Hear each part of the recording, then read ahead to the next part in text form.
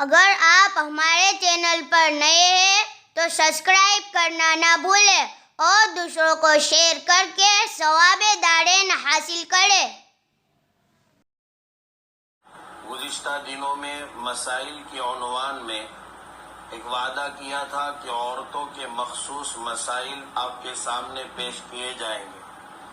ابھی چند دنوں پہلے بھاؤنگر سے ہمارے ایک دوست محترم حنیف بھائی نے مفصل سوالات کیے اور عرض کیا کہ آپ ان مسائل کے جواب یوٹیوب پر جاری فرمائیں۔ تو آج آپ کی خدمت میں عورتوں کے مخصوص مسائل روزے کے حالت میں جو پیش آتے ہیں وہ خدمت میں پیش ہیں۔ عورتوں کو 3 طرح کے خون آتے ہیں۔ نمبر 1 حیض، نمبر 2 نفاس اور نمبر 3 استحاضہ۔ ان میں سے حیض جو عورت کو ہر مہینے خون آتا ہے اور نفاس جو بچے کی پیدائش کے بعد آتا ہے، ان کی وجہ سے نماز اور روزہ رکھنا درست نہیں ہے۔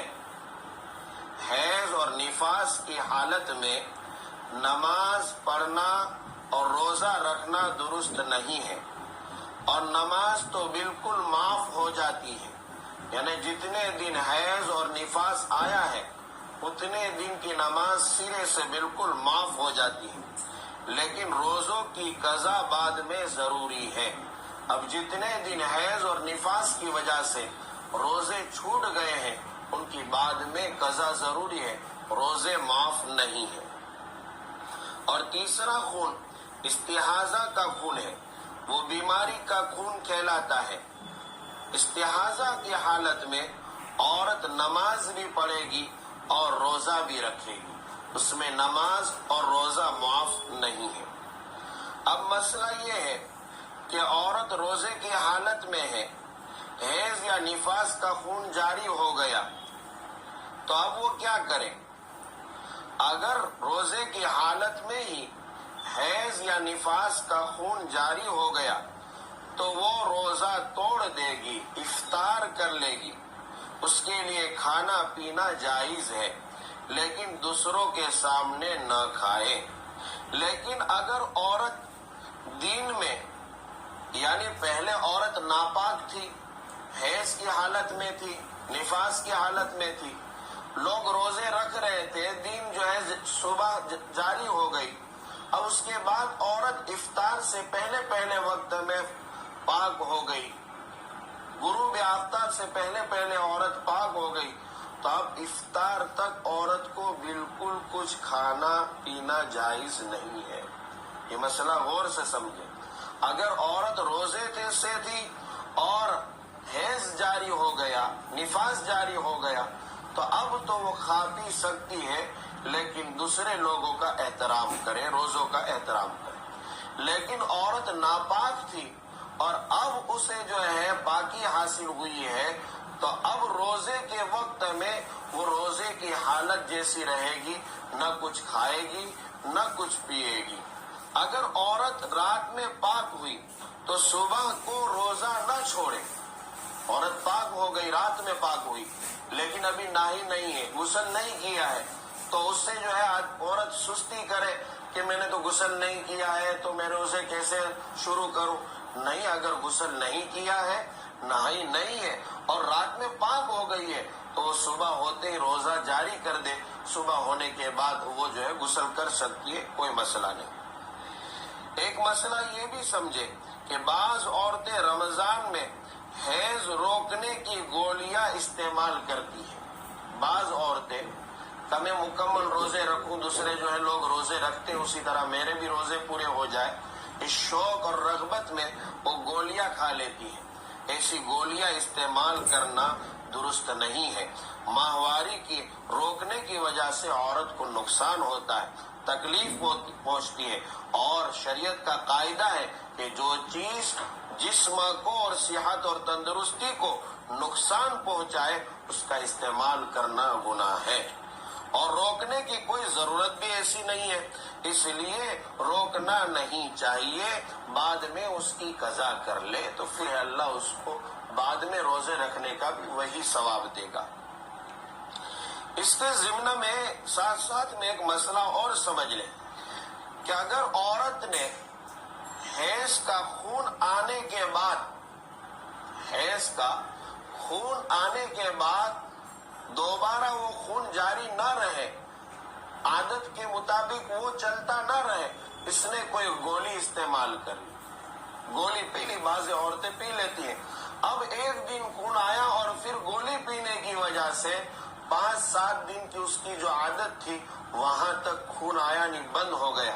یاد رکھیں مائیں اور بہنیں، سمجھے یہ مسئلہ کہ اگر گولی کھانے کی وجہ سے خون بند بھی ہو گیا پھر بھی وہ عورت ناپاک شمار ہوگی۔ اس عورت کا روزہ رکھنا اور نماز پڑھنا درست نہیں ہوگا۔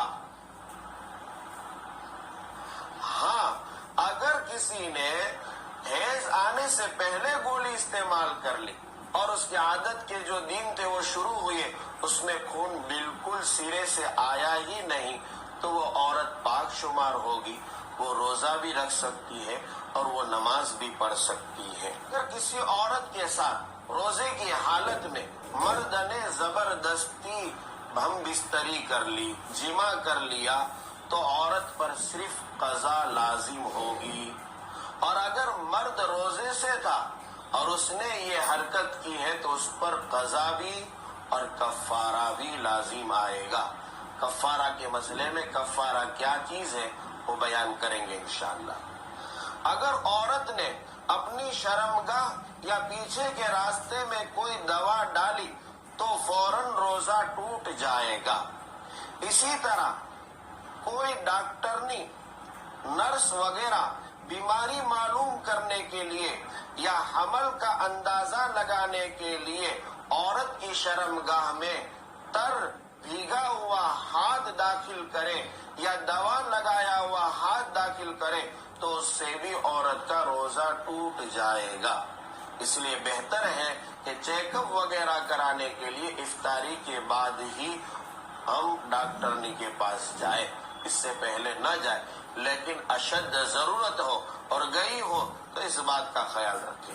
اگر ہاتھ یا دستانوں پر کوئی پانی یا دوا کا اثر نہ تھا، سوکھا ہاتھ تھا یا سوکھے موزے تھے، اس پر کوئی پانی یا دوا کا اثر نہ تھا اور وہ داخل کیا ہے تو اس سے بھی روزہ نہیں ٹوٹے گا۔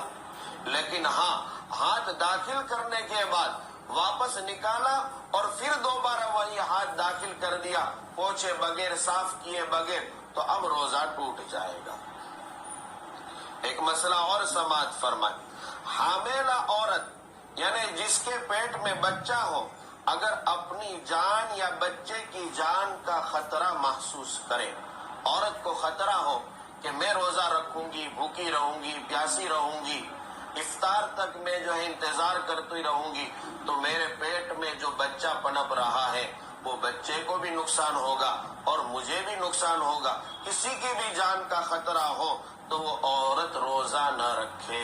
روزے کی حالت میں اور خطرہ محسوس کر رہی تو روزہ توڑ دے، بعد میں اس کی قضا کر لے۔ اسی طرح جو عورت دودھ پلا رہی اپنے بچے کو، جو عورت دودھ پلانے والی ہے اور وہ دودھ پلا رہی اپنے بچے کو، رمضان آ گیا، اب کیا کرے؟ اگر اس کے دودھ کے اندر کمی آتی ہے، بچے کا پیٹ نہیں بھرتا ہے اور بچے کے بیمار پڑ جانے یا اس کے جان کا خطرہ ہو یا عورت کے دودھ پلانے کی وجہ سے اس کے نفس کا اسے خطرہ ہو تو وہ عورت بھی روزہ نہ رکھے۔ جائز ہے اگر وہ روزہ چھوڑ دے، اس کے لیے اجازت ہے۔ یہ عورتوں کے لیے مخصوص مسائل تھے، لیکن بعض عورتیں یہ سمجھے کہ روزے بھی بالکل معاف ہو گئے، ایسا نہیں ہے۔ روزہ اس کو رکھنا ہے، بعد میں اس کی قضا کرنی ہے۔ اس کا بہتر طریقہ یہ ہے کہ جیسے ہی رمضان جائے فوراً روزے رکھ لے۔